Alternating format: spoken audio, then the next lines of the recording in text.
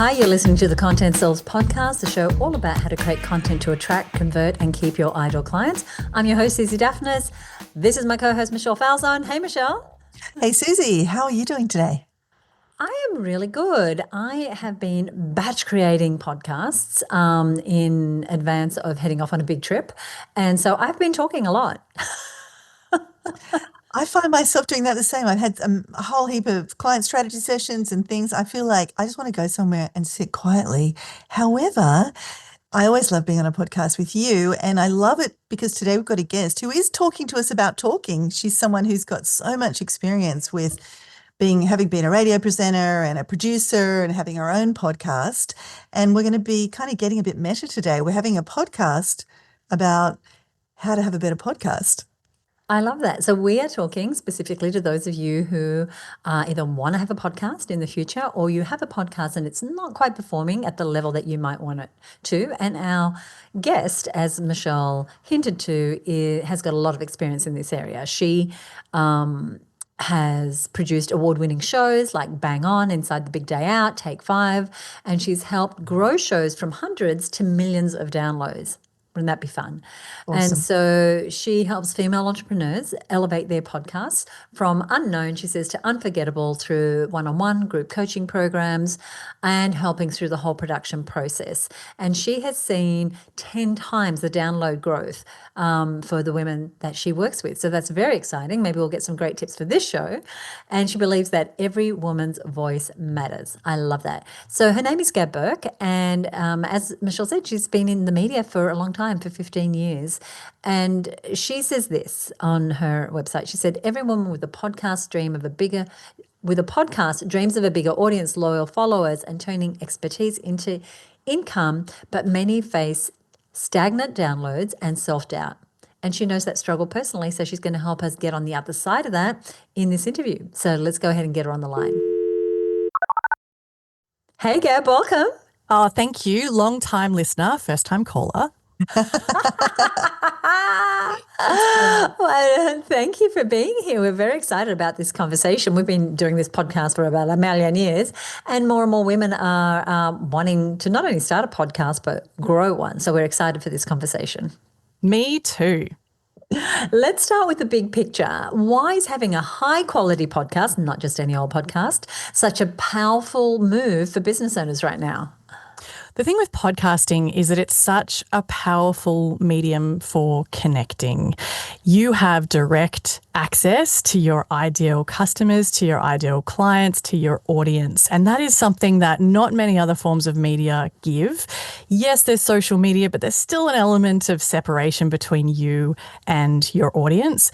The thing with podcasts is, whether it's visual or whether it's audio, it's a really intimate type of media. And so you could be, your voice is inside your customers' heads. It's, your face is in their face, and they feel like they get to know you much more than they would if they were just to read something on your blog or read something on your website or, read any kind of other marketing material. So it is really, really powerful in that sense.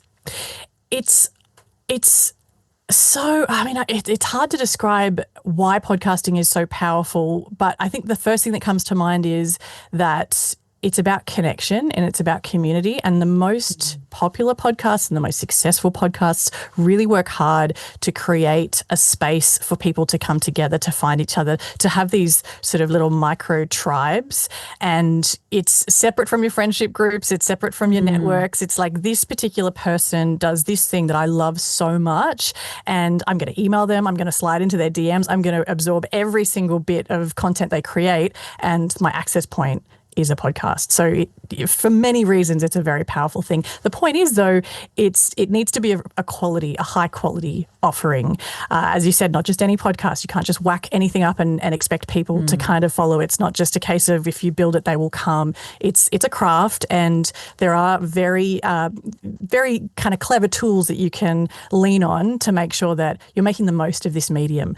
I would always say, don't just do a podcast for the sake of it because everyone says do a podcast. Having said that, I want to encourage more women to do podcasts. But I think if you have the right strategy, the right plan, the right approach to it, it can be possibly one of the biggest kind of marketing strategies for your entire business in this day and age. And Michelle and I, we've had people come on, they go, my kids know your voice, my husband knows your voice, I'm always playing you in the background. And it's such a powerful connection tool. That's what I found. And I love the intimacy of it. Like you said, we're right inside people's heads. Where do you get that sort of access? You know, that's so powerful. Now, you have a wonderful resource, which is about how to grow your podcast. We're going to make that available to our listeners. So thank you firstly for that. And one of the points that you make in it that I want to talk about is you talk about the importance of shortening your podcast intro. So do tell us exactly which bit you are calling the intro. Again, for some people who are not as familiar or don't have a podcast, what makes a strong, punchy intro that really hooks our listeners in, has them, turn up the volume, lean in, and get us closer to building trust with that listener? I think your intro is everything other than artwork, titles, copy, that's kind of the first touch point that people will have for your podcast. But then if you actually get them past that point and they hit play, with YouTube, you've got about 3 seconds to hook a viewer. With audio podcasts, you have a little bit more time, but it's still really only 10 to 15 seconds. If somebody doesn't like something about the intro, if it's too long, if it's too waffly, if the audio is not great, whatever it might be, if it's boring or there's any lag in any way, they will just switch off, because with podcasts, you're not just competing with other podcasts, you're competing with any other form of digital consumption. That is Netflix and Disney, that is YouTube, that is, online articles, things that people read online, anything, social media. So you're competing with all of content for all time. So, and our attention spans are getting shorter. So that's why I say it's really important to absolutely nail that intro. And the best way that I would say to do that is, and something I'm hearing a lot and seeing a lot in podcasts is the double intro.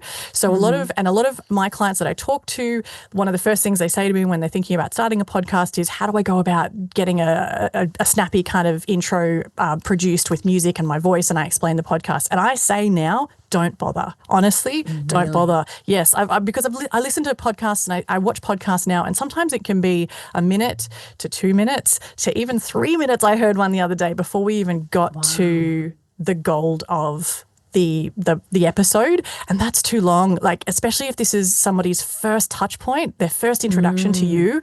If you make them wait and work that hard just to get to the gold, they're going to leave and they're going to find something else. So that's why I say, don't even worry about an intro, as in getting a produced, polished intro, because the other thing that I often find with those polished intros, because independent podcasters are, they might outsource that, somebody makes it for them, and then they drop it into their session, their editing session at the start of every episode, and then they whack in the recording of the particular episode. And I always hear it happens all the time. This beautiful polished intro says, hi, I'm Gab. I'm, from Podcast with Gab, and this is the podcast where we do X, Y, Z, and I'd really love you to join me every week while we do X, Y, Z. And then the music fades out and it's lovely. And then the episode starts and the host goes, hi, I'm Gab. Hi, I'm Gab. And welcome to, and it's, but you just said that. And also what happens often is, unless you can replicate the quality of that produced intro, then when it's a switch to now it's the episode proper, and there's a very clear difference between the quality, it might, you might switch to Zoom or Clean Feed or whatever you're using. That's also a bit of a turn off. You go like, oh, well, hang on, I just got this beautiful thing and that was quite appealing, and now somebody's saying hello to me again, and it sounds very different, or it looks very different. It's a confusing experience. And like with any kind of marketing, you want to try and take out any of that resistance, any of that reason for someone to go, no, I'm scrolling on to the next thing. I've got this. Okay, I have questions. So there's a couple of formats that we're familiar with. There's the cold open, like there's a little snippet, music, and then the intro. There's that version. Or there's the music piece, which you're calling the pre-recorded piece, and then go into it. You're saying just go, no music, nothing, just go into it. Go, hi, I'm Suzi, this is Michelle, this is the Content Sales Podcast. Today we're talking about, is that what you're suggesting?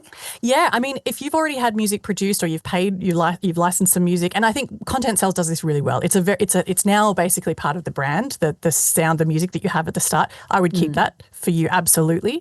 If you were starting today, would I tell you to bother about it? No, because I'd say, I want to hear Suzi and Michelle. I want to hear your voices. I want to see you. So I would say don't bother, especially if that's going to be something that stops you from starting. I would rather you start than worry about having fancy production. I think it's a carryover from traditional broadcast media, radio shows, have intros and certainly, TV shows, they all have intros and whatever. It's been and done. And our attention spans are a lot shorter now. It's now no longer the case where, quick, the credits of Friends is starting. I've quickly got to dash to the loo, get the popcorn, sort out the other things, and then I'll sit down for the start of the episode. It doesn't happen like that anymore, especially if you put yourself in your listener or your viewer's environment where they're consuming your content. If they're sitting on a train, if they're driving, if they're somewhere where they can just, usually they've got a phone and they're looking at it and they're just scrolling onto the next thing. It's too easy for them to go, they lost me, goodbye. So there's two things there. If you've already made an intro, I would consider really shortening it or just using a piece of it, and that might just be a couple of seconds of music and then straight into your voice. Yeah. If you haven't bothered with that, just give me your voice. And you don't need to explain for a minute who you are and what you do. I also hear just really long intros where the copy is just too long and the host is reading it and it's not connecting me.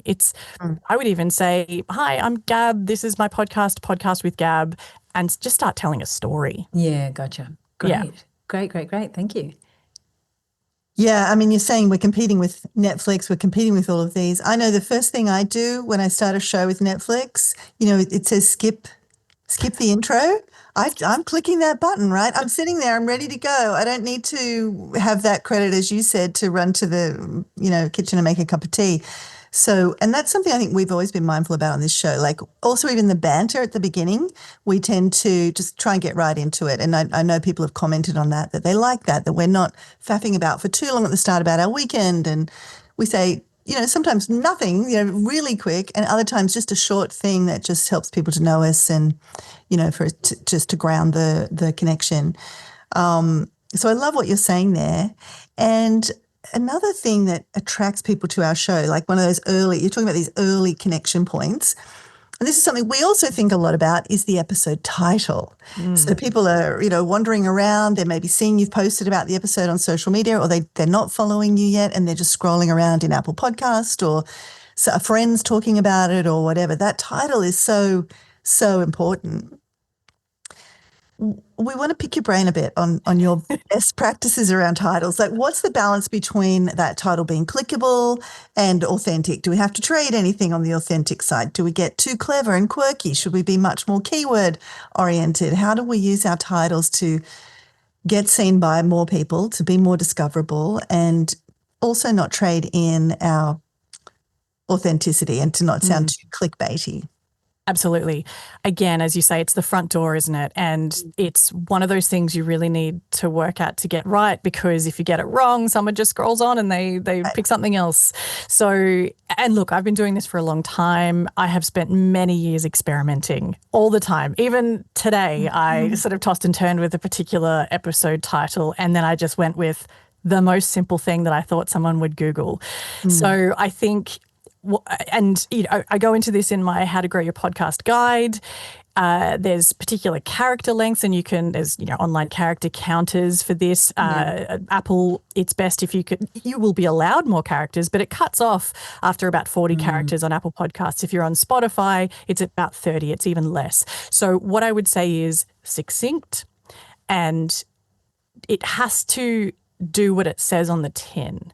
So, for example, what I mean with when I say we've got to balance authenticity with clickable, we don't want clickbait. We all know those articles that are clickbait. It's, this Hollywood actor seen with another woman, and then you click the article and it's that person's sister or aunt or something like that. And you're like, that's just a waste of everyone's time. So you definitely want to avoid anything like that, especially with podcasting. As I said before, it's such a powerful medium for connection. People sniff out that kind of gotcha stuff straight away, and it just doesn't work on this platform. So you really want to think about, what is this podcast about, and what does my audience get out of it and tell them what that is. If there's several topics, lead with the most clickable one, the most popular one, and you can do that easily by going to Google Keyword Planner. And actually, you could, a step before that, chuck your episode brief and anything else. If you've got a transcript, great, chuck it into ChatGPT or whatever you use and get some suggested keywords or key phrases, and then pop that into Google Keyword Planner and just see what kind of traffic there is around certain terms, and then use that as a guide for your title. The other big thing, and this is a hard one, if you have a podcast where you have guests, I would highly recommend not using the guest's name in the title. Ooh. Because we're offenders. We do that all the time. Tell us. Unless it's Lady Gaga, obviously you would put that name in the title because that's a huge name and a huge brand, and people are searching for her content. Oh, that's good because she's our next guest. Great. Oh, good. Is she following me? Awesome. That makes me feel great. But the reason why I say this is, if you were to put Gab Burke, podcasting with Gab Burke, or podcast tips with Gab Burke, or Gab Burke tells you podcasting tips in the title of this episode, for example, people, you two know me, but outside of my network and a handful or a very small kind of circle of people who know my particular work and my portfolio, I'm not known. So if I'm coming to your podcast for the first time and I'm looking for podcast tips, I don't know Gab from a bar of soap, right? This is a great point. Mm-hmm. So what you want to think about, and I would also preface this, do this if you're pitching for PR. If you're pitching for media opportunities, put this in the subject of your emails. Podcast expert talks about superannuation, what you need to do with your superannuation before you whatever. Or finance expert talks about, podcast expert talks about how to grow, right? That's your email subject line. Do the same thing with your podcast titles, because that's what people are going to be searching for. They will get to know your guest through the episode, and through the episode, they will understand this person's credentials and how great they are and all the other things that you will cover in the episode. But right from the start at the front door, if I opened the door and said, "Hi," they'd go, I don't know you. Like, why would I come into your house? I don't know you. But if you said, the sign out the front saying there's a podcast expert inside and I happen to be needing to improve my podcast, I'd be like, oh, I'm going to knock on that door, right? Does that make sense? Yeah. I love it. So we would change this episode from How to Grow Your Podcast with Gab Burke to Podcast Expert Shares How to Grow Your Podcast or something like that. Yep. Or top tips or quick things you can do, whatever the guest says or is doing for your audience. But absolutely, that would be the key. Don't put the person's name unless they are famous. That you have, a known name. That's really great. And what I like too is that we're still signaling that it's an interview, because we do a mix. We do, sometimes it's just Suzi and I, and we're sharing content, and other times we've got a guest, and we'll very often feature the photo of the guest in the materials. So it's good to signal that there's a guest. But I love this more strategic, leveraged kind of discoverability, keyword kind of use of, podcast expert versus Gab Burke. Totally. So and I'm not going to be offended by that. And I think most of your guests, the thing is, you'll have the opportunity to talk about the guest's name in the episode copy, in the blog post, in the social media, in the imaging, everything else, they'll be there, but they just don't need to be in the title of your episode. Yeah, that's a great one. That's a writer downer. We're doing that one. And so another thing I want to talk about is podcast data. So just shifting gears a little bit from sort of the front door, maybe a little bit more now to the back door, which is like what's happened with my podcast and how do I analyze the history and what's going on. There's a whole range of metrics that have different tools give us, and it can be a bit bamboozling. You've got some thoughts about the metrics to track, like what would be a few simple things, especially if I'm getting started and I want to grow, because sometimes it's hard to see the forest for the trees with metrics. I find too many metrics. I don't know what to do. I'm overwhelmed. But if I know there's 2 or 3 things I'm tracking, I can see, I did better this one. When I changed that, this happened. So what would be your tips on analyzing our data, and what are the metrics to track? So the biggest thing for me is downloads are a bit more of a vanity metric. However, we can't help ourselves. It's like the amount of likes we get on our social media posts. We see a certain number of downloads and we get a boost, or we feel a bit deflated. What I want you to think about is, if you're looking at your downloads every week, and those numbers aren't massive, or they're less than you expected, don't panic. It's all right. It's not the best way to measure the success of your podcast. So one of the things that you can look for in your podcast dashboard, and if you don't have access to this type of data, I would suggest maybe looking at other podcast platforms to host your podcast on. One of the best things that you can look at is completion rate. So this is the rate, this is how long someone is listening to or watching your show. And if you have a high completion rate, it means things are great. It means that you might have small download numbers, but those people are staying for pretty much the entire episode. If you have low completion rate numbers, then it means that there's a drop-off point. And certain podcast platforms actually allow you to go in and see roughly if there's an average drop-off rate so that you can really go, okay, cool. Everyone's dropping off after 7 minutes. What am I doing after my long intro? Yeah. What am I doing at the 7-minute mark? Is there something I'm doing every time? Do I have segments? Is there a particular segment that people aren't sticking around for? Am I getting to a certain point? Whatever. There's a really great example I can give you about a parenting podcast in the US. And they're, really popular parenting podcast, but they just were finding that they weren't growing. Now, this podcast, the way it was pitched, all of the marketing around it, all the details were basically about helping parents to make good choices, to, when this happens to you, this is what you can do. When your kids throw you this one, this is how you can handle it. And what they found was that they had this high download number, which made them look really successful. But when they looked at their completion rate, it was like 2 minutes, 2-3 minutes, and people were dropping off and they were like, what's going on? And so they went back through all their episodes and they had a listen. And what they were finding is for the episodes that were like how to deal with a toddler meltdown when you're in the shopping center, they would play that episode. It would have a high download number attached to it, but again, a very, very low completion rate. And they'd listen to that episode, and what they found was, intro, hello, this is what we're going to talk about today. And then the two hosts would have this really waffly long conversation about what they were doing, what happened in the last week, what happened since we spoke, all this kind of stuff. And they didn't actually get to how to deal with that toddler meltdown in a shopping center until much further into the episode. Right. And when they looked at who their ideal listener was and who they were trying to attract, it was predominantly busy mums who had searched for something, pressed play and gone, I need this now. I'm in the middle of the meltdown, or the meltdown just happened. I'm in the middle of the meltdown in the mall. I need something right now. And so that person did not have time to stick around for the 15 or 20 minutes it took to actually get to the gold. So again, back to my earlier point about those punchy intros. Say what you're going to do and then deliver it straight away. And I guarantee you can still do the host chatting. You can still do the fun banter. You can still do all that stuff throughout the episode, at the end of the episode, anywhere else to show your own personality and to kind of bring the audience into, so you're not just a robot talking about, here's all my interesting things that I need to tell you this week that you'll find value in.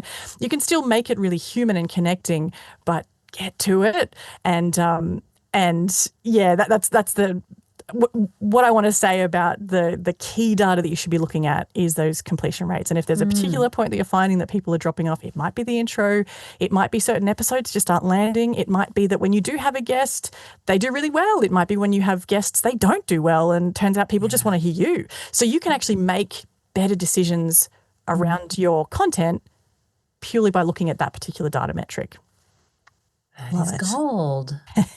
And the other thing is, if there are really popular episodes that you have, just repeat them. If you did them, do more. Yeah, do more of those. Definitely do more of those. But if you're also, independent and you're running your own business at the same time and all these things, you don't have time, you can actually, just a really quick hack, if you've run out of ideas or you just don't have the energy for something, or it's the end of the month and you're like, I'm going to put an episode in the feed, just go back to your best episode from last year or 2 years ago and republish. Just say, hey, this was so popular. I think people really loved it because of XYZ. Here it is. Press play, go. Yeah, don't be afraid because people can't remember what they watched or listened to last week. They're not going to be angry at you for playing something amazing from a couple of years ago. Love that.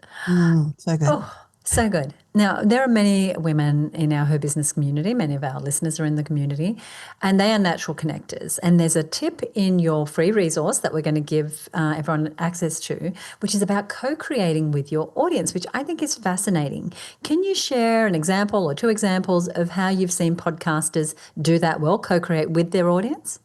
Absolutely. I mean, the beauty of this is if you do this really well, you can align with brands who will pay you good money to make your podcast because their brand is exactly aligned with this really loyal, engaged audience that you've created. So if you make that connection and it's deep, then there's this beautiful thing with podcasting now where you can actually make a return on your investment and your time and your energy into this show. You can actually align with brands who talk directly to your audience because it's way faster for them and it's way more powerful than listening to a bank ad at the start of a podcast, which means nothing. So yes, I can give you some examples. So 2 podcasts that I've worked on. One of them is Bang On with Miff Orhurst and Zan Rowe. This was, it's on a hiatus at the moment, but this was an amazing example of creating a community. So that podcast created an inbox specifically. So, it was, the Bang On inbox. And you could, they often asked for you to, email them, let them know whatever they were talking about, anything. Just say hello, whatever you want to do. And that podcast, every week, thousands of emails. And over the course of the podcast history, it was so personal. It was so connecting, the stories that people shared. I remember, emailing back and forth with this listener, a loyal listener from London. And when she first started listening to the podcast, she was going through treatment for bowel cancer. And then a few years later, she popped up again in the inbox and she emailed and said, Gab, I just want you to talk to Miff and Zan and let them know that today I'm going in for my last treatment. I've done it, and basically Bang On has been there for me the entire time. And, so the way that people were connecting with that podcast, because there was an access point for them too. It wasn't just about these 2 hosts and I can slide into their DMs on Instagram. It was about being invited constantly to be a part of that podcast. Another thing that was done was that every now and then. So were they reading out the questions or reading out some of the emails or that's in the co-creation. Got it. And it's a self-fulfilling prophecy. It creates content for your show. When people share their amazing hot takes or hilarious things or really devastating things, whatever it is, it's stuff that you can then share with permission, obviously, but it's content that you can then share on your show, and then that creates that beautiful, thing where other people go, oh, wow, they shared that. Okay, yeah, I can email the show now. Yeah, right. And then there's episodes where basically it would be like a full audience. They called it a bang back where, here's what we're banging on about this week, but we want you to tell us what you're banging on about. And so people would, and the whole episode was just audience voices. It wasn't even the hosts, right? I love that. Beautiful ecosystem. Another podcast I've worked on recently that did this beautifully was Ladies We Need to Talk. Often, a lot of the most incredible talent who appear on that podcast are people who emailed the inbox and shared the most intimate details about their lives. And then with, permission and, a very caring and supportive environment, they would then be guests on that podcast and share their experiences, which inevitably help other women who are going through whatever issue the podcast episode is about. So it's just the more that you can lean on that community and they're co-creating it with you, the more successful your podcast will be. I've seen, and like what a gig would this be? Oprah does that on her podcast. And I don't know how they must be on an email list or something, but she'll quite often have people come on and ask their question in real time to the guest author or talk about their experience of something. And it's the most interesting listening because it's not just Oprah and some expert talking, it's a real life, human that I can relate to. Now, we've talked about co-creating with our audience, but partnerships are another opportunity, I think, for small business owners, even those with the tiniest of niches. And maybe they pay us for us, maybe they don't. But if we're looking to grow our podcast, how might we think about partnerships without diluting our own voice and our own brand? Yes, absolutely. So the first thing I would say to that point is don't be tempted by somebody's big social media following to get this person on your podcast because they've got a huge profile. If they're not completely aligned with your audience and what your audience are coming to you for, it's unlikely that their followers are going to come to your podcast and stay just because you got them on and they shared it. So that's not really a strategy that I would recommend. It's much better getting the most fascinating people who talk specifically to your niche on your show than it is for someone, super high high profile, who's profile. not quite aligned. So then the other thing I would suggest is that you can share, if there's somebody else who hosts a podcast and it's similar to yours, or not even similar, just that you share similar audiences, you can share an episode in each other's feed. Just, record a quick intro and share it and drop it in. And this is what we talk about on our podcast, and vice versa. That can be a really powerful way to not actually have to do that much, not have to try to align each other's schedules to get something done. You can literally just say, hey, what's your best episode? Here's ours. Can we swap in that way? So that's a fast way to do it as well. I would also suggest that, find high profile people in your specific industry or niche who might be the go-to person. It's the person that the radio or the TV always call up to talk about when something, major happens in this particular area. They might not have a podcast of their own, but they might be the person that's often the speaker at the events or whatever. A really good idea to kind of get those people on to your podcast, because they do have a following and they are going to share it, and it's, they are aligned with your audience, but they're not a huge, I guess what I'm trying to say is they're not an influencer brand in themselves, if that makes sense. So what I said before about don't go for the person with the huge social media following, I mean, don't go for the influencer. Don't think that you have to do that to grow an audience. Go for the person who's really known in their particular niche that matches with yours, and get them on, because they're going to be fascinating. They're going to tell fascinating stories, and then they're going to share it, and it's going to be good in that way. Thanks. I think, it depends again on the game you're playing, but for us, we take pride in unearthing all of these amazing experts that maybe others haven't heard about, calling on our personal networks and the people we know are the behind the scenes brilliance that you're not going to find elsewhere. And that can be a really great strategy. So I love what you said there. I want to change tack again and think about, I'm imagining people that are listening, whether they've got a podcast now, whether they're thinking about having a podcast, or whether they're never going to have a podcast, but they're going to learn a lot that they can apply in other parts of their business. But I want to get you to think now about the woman who has got a podcast, and maybe she's got herself in a bit of a rut. It's pretty easy to do. It's a hungry beast getting those episodes created at whatever interval your show comes out. And maybe they've been banging away at it for a while and they haven't seen the growth. So we've got this free resource. It's going to have sort of tips in that and 5 steps. But what would you say right now? I mean, everybody should go and download that resource. But what would you say right now to that woman? I'd say focus on the audience and that community aspect. Focus on co-creating with them, because even, in the darkest of times, it's always other people that help you through it, isn't it? And so if you're struggling with ideas, if you're really just like, is anyone listening? Is anyone watching? Is this even worth doing? Go back through your inbox, go back through your DMs, go back through the comments on your, the reviews, and just hear what people are saying. It will spark ideas. Do a call out. Say, look, I'm keen to get some of you on the podcast. I want to answer your questions, or I want to interview you. Reach out to me. Get them involved as much as possible, especially if you share the mission. If you share that mission with them, they feel empowered. They feel like it's kind of their show too. It's not just yours. And I think that's the first and fastest, because in the guide, and as we've talked about, you can make snappy intros right now. You can change the way that you title your episodes right now. It's not going to make you feel amazing, right? And you're probably not going to see instant success. You're not going to see a huge leap in downloads overnight. It's still going to take some time. Also, side note, I would be very wary of any strategist who suggests that you can download your numbers if you buy my guide and do this, and in a week's time you'll have 10,000 or 20,000 or a million. Just ignore all those. It's not possible. Podcasting growth takes time, but you're not going to see an immediate kind of response from just changing your titles or making your intro snappy or working out what content might work a bit better. So I think if you can lean on that audience and really start to build the community and really tap into that, that is, again, as I said, the self-fulfilling prophecy. That will start to pay you dividends. That's where the power of podcasting lies. And if you're offering value and you're really focusing on your audience being the MVP, they are the main character energy. It's not actually the host. It's the person who's going to consume the content. If you make it all about them and giving them as much value as possible, they will give back tenfold, and it will just and they will become your most powerful advocates, and it will just kind of snowball from there. So lean on that community aspect.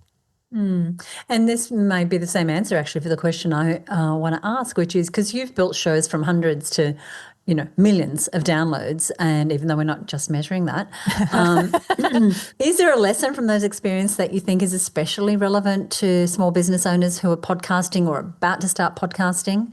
Yes, I would absolutely say, please remind yourself right now that you are running a business full-time, probably more than full-time hours, and that a podcast is often produced by either one full-time person or an entire team of people working full-time. So please remember that if you are feeling a bit deflated, if you are thinking, should I start this? Should I keep going? It's the work of multiple people that make the most successful podcasts.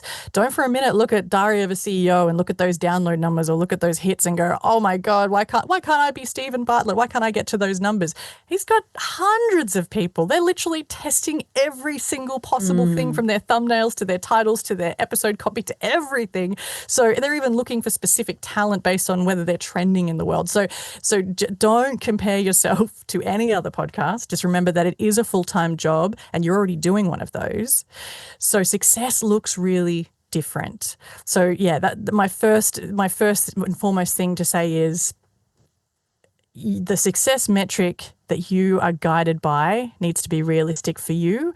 And please don't look at somebody else's level of success and think that you should be doing that or you should be achieving that and that your podcast is therefore not valuable. And the other thing I would say is I'm the biggest advocate for getting more women in podcasting. If you're listening to this and going, I've always thought about starting a podcast, but everyone seems to have a podcast. What could I possibly say that would add to the world of podcasts? Yes, there are a lot of podcasts. I had a quick look. I think at last count, there's something like 4.5 million of them.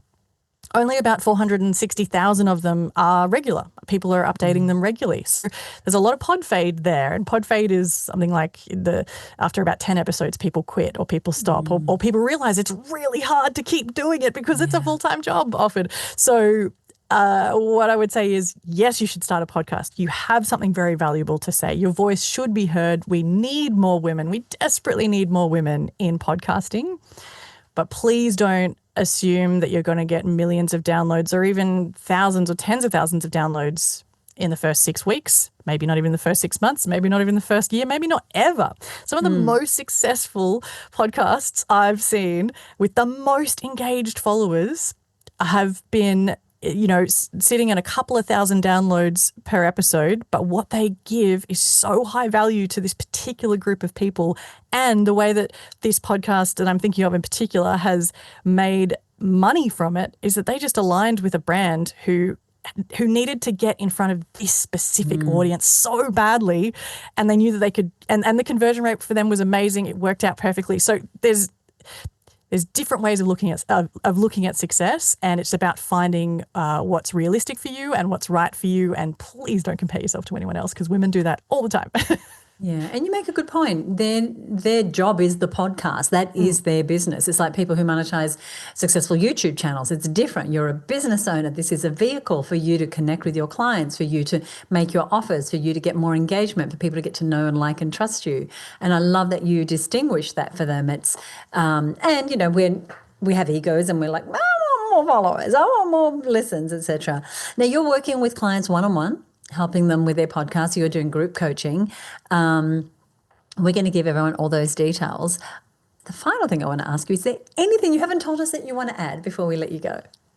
Anything that I want to add? Just that podcasting should be fun. If you are at a point where it's starting to not feel fun anymore, and I've had a lot of these conversations with female business owners who host podcasts in recent months, that, it's hard to come up with new ideas. It's, you get to the week of and you're thinking, I just got to record something, just whack any old thing up into the feed. If you are disappointed with your downloads, because it's a metric. Yes, I'm saying it's not the metric, but it's still a metric and it still makes you feel a bit, not great when the numbers don't seem to be growing or they're flatlined or worse, they're dropping. Ask me for help. There's ways that we can change things to bring the fun back in. And actually, I'm about to work with someone on mapping out their entire 2026 strategy. Every single episode for the year will be mapped out. I mean, if that sounds like something that would be valuable to you and you could just, it's a set and forget, then please, book a meeting. I've got free one-on-ones just to have a chat and just kind of see where you're at. I'd rather you do that than either feel really bad about yourself or give up. Because as I said before, we need more women in podcasting. So please reach out before you get to the point where you think, I'll just stop doing it. Yeah. Thank you so much. Thank you so much for joining us. This has been so valuable, for me as a podcast creator, and I'm sure for Michelle as well, but so useful for our audience. And we are big champions of supporting women any way we can. And podcasting is a way to have visibility and have a voice. So thank you, thank you, thank you. Oh, thank you for having me. It's been an absolute joy. Oh my God, I feel like I've just, spent time with two famous people. Seriously. Oh, thank you, Gab. You're awesome. That was so good.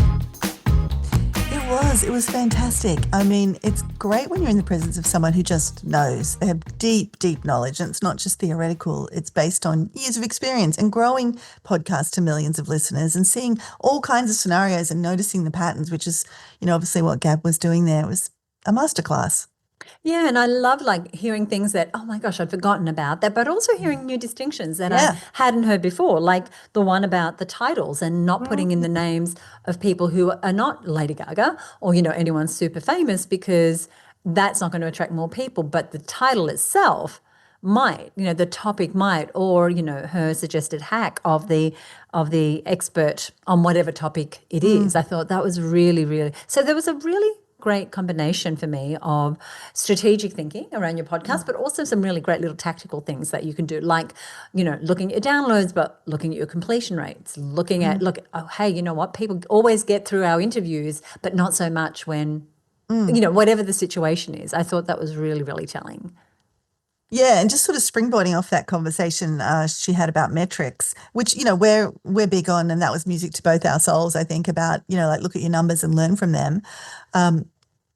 What I really loved, the underlying kind of message in there, was she was speaking about a theme that's so prevalent in this show. The real reason why we put this show together, which was this idea of no content without conversion, like really understanding why are you spinning your wheels creating a podcast? Why are you writing those emails? Why are you doing that webinar? Why are you?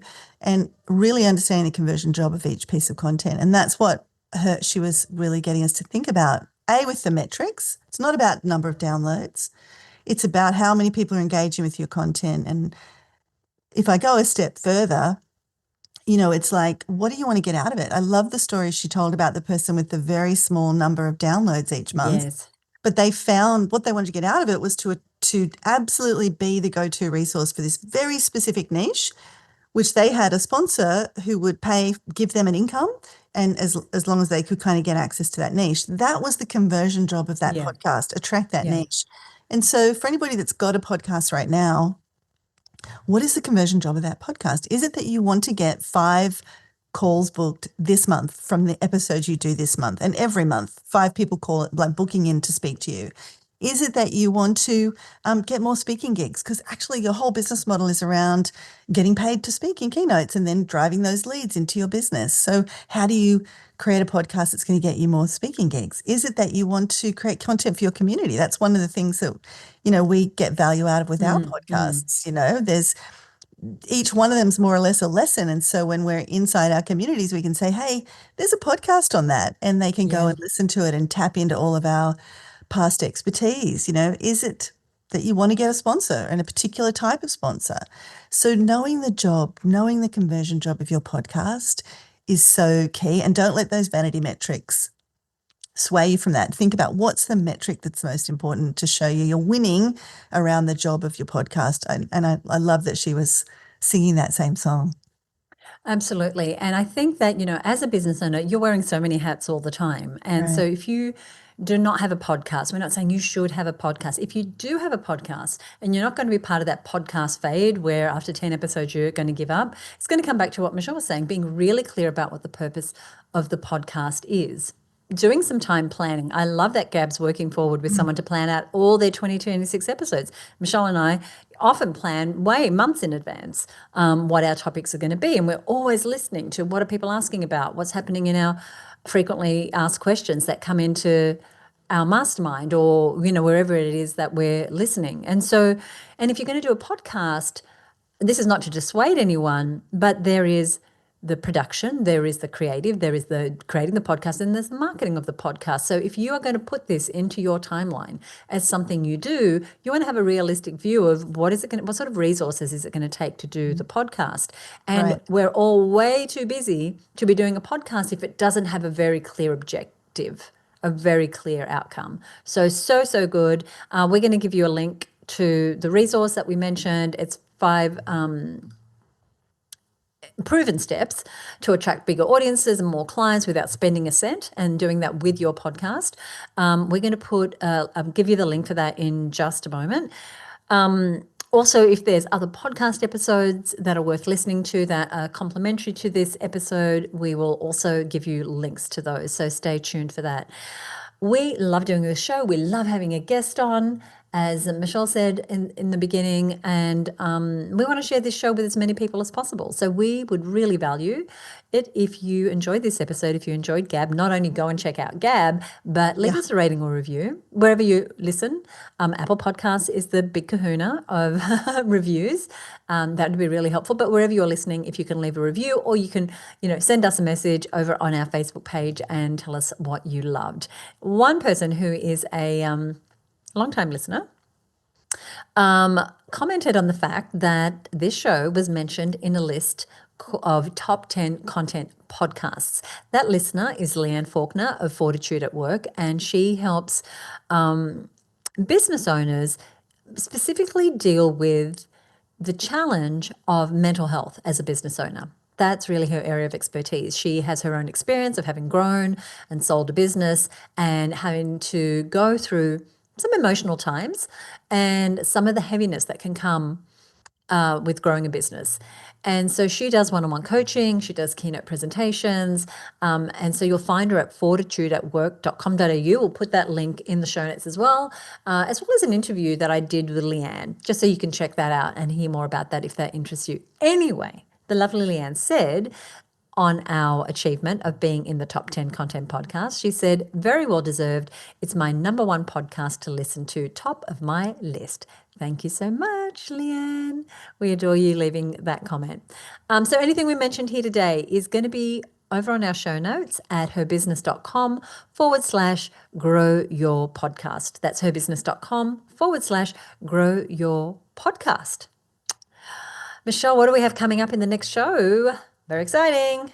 Yeah, this is a great one. We've got a return guest, which we don't often do, but this is somebody that came a while ago and spoke to us about Facebook ads. And, that's an area that's changing all the time. So we've invited Stacey Ann Hughes, Facebook, Instagram, Meta expert, back to talk about what's new with Facebook and Instagram ads and what's working right now. So the formats that are getting results, there's different formats for ads. Which one should we be focusing on? The types of creative that's getting results right now, and it's not perhaps what we might be used to. The metrics we need to be paying attention to right now, and also some old strategies that used to be the must-do strategies that actually could be turning out to be mistakes in the current landscape, and how to avoid doing those, and which ones should we be keeping on doing and which ones should we not. That's all in the next episode. That is coming up 2 weeks from now. So if you don't already subscribe to the show, you want to hit the follow or subscribe button wherever you are listening. Once again, thank you to the lovely Gab Burke. Be sure to check out her free resource and the one-on-one coaching she's doing. She mentioned she only works with a few clients. So if you have a podcast and you want to grow it, I would definitely be getting her on your team. And once again, those details will be at herbusiness.com/grow your podcast. Michelle, anything you want to say before we go? I just loved her encouragement to be authentic and to connect. And I think it's about showing up, and just knowing that how we show up as ourselves is one of the most powerful things that we can do. So thanks, Gab, for sharing that message and all the other great tips. But if you're listening and you've got a podcast right now, or you're thinking of a podcast, this is just a gentle encouragement to just show up more fully as you and to connect. Thank you for listening. We so appreciate you being here, and we'll see you next time right here on the Content Source Podcast. Bye for now.